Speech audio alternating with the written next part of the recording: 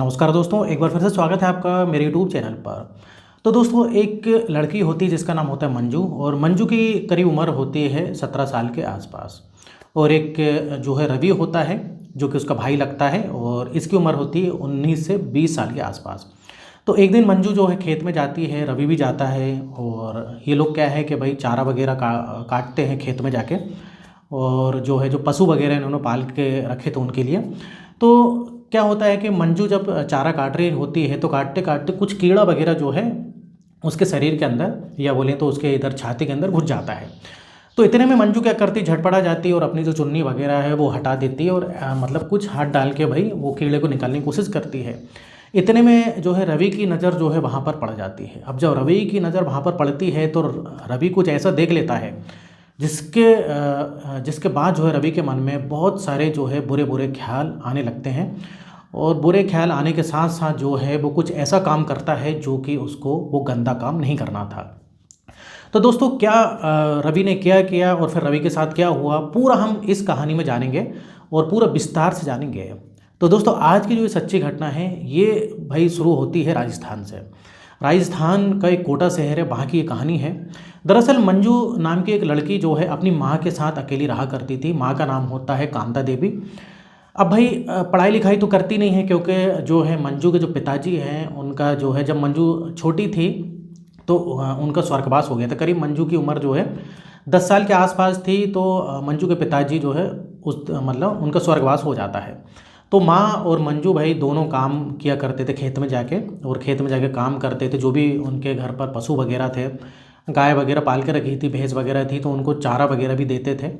तो इस प्रकार से भाई उनका जैसे तैसे गुजर बसर चल रहा था। दूध वगैरह बेच के इन सब से जो है कमाई करके उनका घर चल रहा था। अब मंजू और माँ दोनों अकेली थी। अब एक दिन क्या होता है कि मंजू की माँ की तबीयत, कांता देवी की तबीयत काफ़ी ख़राब हो जाती है। उसको बुखार आता है, कुछ वायरल फीवर वगैरह हो जाता है। तो डॉक्टर वगैरह को दिखाते, जो भी उधर ही पास में जो होते हैं डॉक्टर, तो बोलते हैं कि भाई आराम करने की इनको ज़रूरत है, करीब 1 आध हफ्ते तक इनको कोई काम नहीं करना है। तो भाई अब जो है कांता देवी सोचती है कि भाई चारा वगैरह अब मैं तो जा नहीं पाऊँगी, थी मैं तो जा नहीं पाऊँगी, लेकिन मंजू जाएगी अकेली तो दिक्कत वाली बात है। जवान लड़की है, और कुछ गांव जैसा इलाका रहता है कोटा शहर के पास में। तो थोड़ा सा मतलब वो सोचती है कि माहौल अच्छा नहीं है, अगर अकेली जाएगी कल के दिन ऊँच नीच ना हो जाए लड़की के साथ। तो कांता देवी इधर पर सोचती है कि भाई जो उसके पति थे, पति के छोटे भाई भी पास में ही रहा करते थे। तो उनका एक लड़का होता है जिसका नाम होता है रवि। क्यों ना रवि को बुला लिया जाए, मतलब जो है वो रवि आ जाएगा तो थोड़ा सा साथ में कुछ दिन तक साथ में चला जाएगा जब तक मेरी तबीयत ठीक नहीं हो जाती। तो उधर जो है भाई कांता देवी जो है फ़ोन करती हैं, जो उसके जो भाई पति थे, उनके छोटे भाई लगते थे, उनको फ़ोन करती है ऐसी सी बात है। तो वो बोलते ठीक है, मैं रवि को भिजा दूंगा। अब रवि की उम्र भी ज़्यादा नहीं थी, 19-20 साल के आसपास थी। मतलब मंजू जो लड़की थी उसके चाचा का लड़का था रवि। तो एक प्रकार से भाई कज़न भाई लगा, वो भाई लगा। तो अब इधर पर दोनों भाई साथ में जाते थे, चारा वगैरह लाते थे। कुछ दिन चलता रहा। एक दिन जो है जब मंजू चारा वगैरह काट रही थी, तो अब खेत में तो पता ही दोस्तों कैसे कैसे कीड़े वगैरह होते हैं, वो मंजू के अंदर जो है घुस जाता है। अब जब घुसता है तो मंजू हाथ डालती है, चुन्नी मुन्नी हटाती, क्योंकि बहुत तेज उसने काट लिया था। तो रवि की नज़र जो है पड़ती है, रवि एकदम से देख लेता है उसका जो है भाई सामने का आधा हिस्सा जो है भाई रवि को दिखता है। तो रवि के मन में बुरे बुरे ख्याल आने लगते हैं, सपने देखने लगता है उल्टे सीधे वो। तो फिर अगले दिन क्या होता है कि भाई रवि प्लानिंग करता है कि भाई कुछ भी हो जाए, मंजू के साथ उसको संबंध बनाना है। इस प्रकार से उसके मन में ख्याल आता है। फिर अगले दिन क्या होता है कि भाई दोनों फिर से चारा जो है काटने के लिए जाते हैं। लगभग जो है सुबह का समय था, 9 बजे के आसपास का समय था, 8:30-9 बजे का। तो अब वो देखता है कि आसपास खेत के इधर पर कोई नहीं है, और उधर पर जो है पास में एक शेड बना रहता है, ईंटों की दीवार होती है। तो उसके पीछे ऐसी जगह है कि जहाँ पर कोई छुप जाए तो देख नहीं सकता। तो भाई रवि के मन में बहुत बुरे बुरे ख्याल आ ही रहे थे। तो जो है रवि जो है उसका हाथ पकड़ता है, मंजू का हाथ पकड़ता है, और उसको बोलता है कि भाई जो है मुझे कुछ कुछ हो रहा है, मुझे तुम्हारे साथ जो है कुछ करने का मन कर रहा है। ऐसा बोलता है।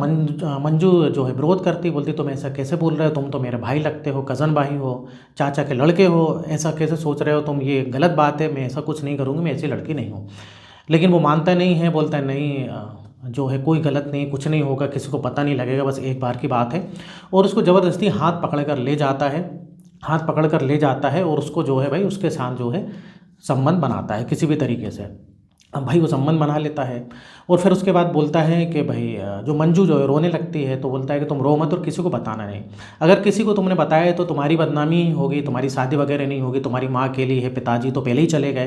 तो इस प्रकार से उसका ब्रेन वॉश कर देता है भाई रवि। रवि थोड़ा सा चालाक लड़का था और भी कई लड़कियों के साथ वो कर चुका था इस प्रकार से। तो भाई मंजू बताती नहीं, लेकिन भाई अब रवि तो रवि था, फिर अगले दिन फिर वही हाथ पकड़ लेता है, फिर ऐसे ही करता है, मतलब ऐसा सिलसिला चलते जाता है। अब मंजू विरोध करती, मंजू को बाद में फील भी होता है कि यार ये गलत हो रहा है, मैंने अपनी माँ को बताना चाहिए था, लेकिन वो बता नहीं पाती है किसी भी कारणवश। तो इस प्रकार से कुछ दिनों तक चलता है। फिर उसके बाद क्या होता है कि भाई जो मंजू की माँ थी कांता देवी, वो फिट हो जाती है भाई। अब 10-12 दिन के बाद जो है वो फिर से काम में आने, मतलब वो चारा काटने मंजू के साथ जाने लगती है और रवि को बोलती है कि तुम अपने वापस घर चले जाओ, अब तुम्हारी ज़रूरत नहीं, तुम्हारा बहुत बहुत धन्यवाद, तुमने इतनी मदद करी।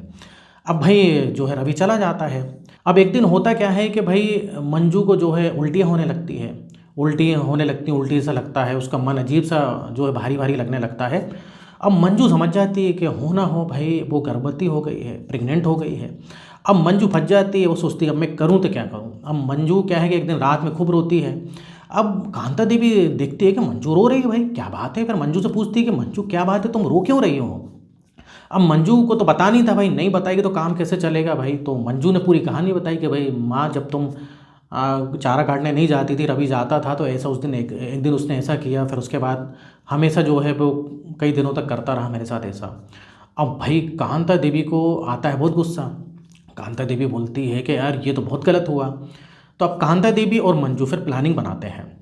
वो प्लानिंग ऐसा बनाते हैं कि फिर से जो है फ़ोन करते हैं रवि को और फिर से बोलते हैं कि थोड़ी सी तबीयत अभी भी ठीक नहीं लग रही, तो तुम अगले दिन फिर आ जाओ। तो भाई रवि तो खुश हो जाता है कि यार फिर से उसको मौका मिल गया, फिर से जो है वो जो है मंजू जो उसके साथ ये सब हरकत करेगा। तो जो है रवि भाई तुरंत आ जाता है अगले दिन। अब फिर से चारा वगैरह काटते हैं। तो क्या होता है कि रवि उधर ही रुकता था, उन्हीं के घर में रहता था जब तक जो है उसकी माँ ठीक नहीं हो जाती। तो भाई रात का समय था, रवि दूसरे कमरे में सो रहा था और मंजू और वो अपनी माँ के साथ कांता देवी दोनों एक साथ सो रही थी। अब देखते हैं वो दोनों उठते हैं जैसे कि उन्होंने प्लानिंग करी थी। दोनों उठते हैं भाई, कौन उठता है, आपकी मंजू उठती है और उसकी माँ कांता। देखते हैं कि भाई रवि तो सो रहा है, अच्छी गहरी नींद में है। तो जो भाई कांता देवी होती है वो एक तकिया लेती है, कमरे में जाती है और उसके मुंह में जो है वो तेज़ी से जो है उसको तकिए से दबाती है। उतने में जो है जो मंजू होती है उसके हाथ में होता है एक धारदार हथियार, मतलब चाकू रहती है, और उसके पेट में 3-4 बार वार करती है। अब जैसे 3-4 बार वार करती है तो भाई जो है रवि का खेल ख़त्म हो जाता है, वो झटपटाता है। उसके बाद फिर से धारदार से जो है उसकी जो है हत्या करती है और उसका गुप्तांग भी सुनने में आया है कि काट देती है जो है मंजू। अब उसके बाद उसकी मौत हो जाती है भाई। अब मौत हो जाती है तो उसके बाद जो है माँ बेटी दोनों जो है जाते हैं पुलिस थाने, जो पास में पुलिस थाना लगता है, वहाँ पर जाते हैं। वो हथियार लेकर जाते हैं तो उधर जो कांस्टेबल होता है वो देख लेता है कि जरूर भाई कुछ मामला गड़बड़ है, हथियार है और हथियार में खून लगा हुआ है। तो पूछता है सारी बात, भाई क्या क्या है। तो सारी बात पूछता है और वो बताते हैं कोई ऐसी सी बात थी, एक रवि नाम का जो है भाई, रवि नाम जो उसका भाई लगता था मंजू का, उसने ऐसा किया और हम जो है आत्मसमर्पण करने आए हैं।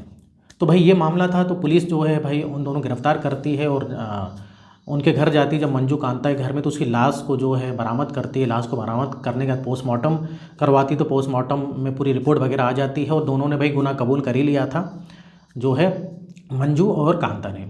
अब इधर पर जो है भाई क्योंकि उनने जुर्म तो किया था भाई, उनको पुलिस कंप्लेन करनी थी तो भाई, लेकिन उन्होंने मर्डर किया तो भाई जेल में तो जाना था, तो उनको फिलहाल जेल हो गई है और अभी केस ही चल रहा है। तो इस प्रकार से दोस्तों मामला था, एक भाई ने जो है अपनी बहन के साथ गलत किया, हालांकि वो कज़न ब्रदर था लेकिन था तो भाई, ये बहुत ही गलत किया। तो इधर दोस्तों क्या होता है कि भाई इस टाइप की जो उम्र होती है, कम उम्र में बहुत सारे लोगों से गलती होती है, चाहे वो लड़का हो लड़की। तो कभी भी जो है कोई भी इंसान हो, माँ बाप हो, उनको थोड़ा सा सोचना चाहिए भाई। एक तो वो कज़न जो है भाई है, उसका पहले रिकॉर्ड पता करना था कैसा है कैसा नहीं है। अकेले कांता को जो है जाना नहीं देना था, भले वो चारा कुछ दिन तक नहीं काटती, मंजू भी जो है घर में ही रहती। क्योंकि आज की समाज में दोस्तों भरोसा किसी का भी नहीं है, कौन क्या कर दे इस प्रकार से। मतलब हालांकि केस कम होते हैं लेकिन होते ज़रूर है दोस्तों इस टाइप से। तो ये बहुत ही गलत हुआ। तो आपकी क्या राय है आप बताइएगा, और आप भाई किस शहर से हो, किस शहर से मेरा वीडियो देखते हो, आप नाम बताइए। तो अगले वीडियो में जो है मैं आपका नाम बताऊंगा, किस सिटी से और आपका नाम क्या है। तो दोस्तों इधर वीडियो खत्म होता है। वीडियो पसंद है वीडियो को लाइक करें और इस टाइप से सच्ची घटना पर आधारित बहुत सारे मैं वीडियो बनाते रहता हूँ।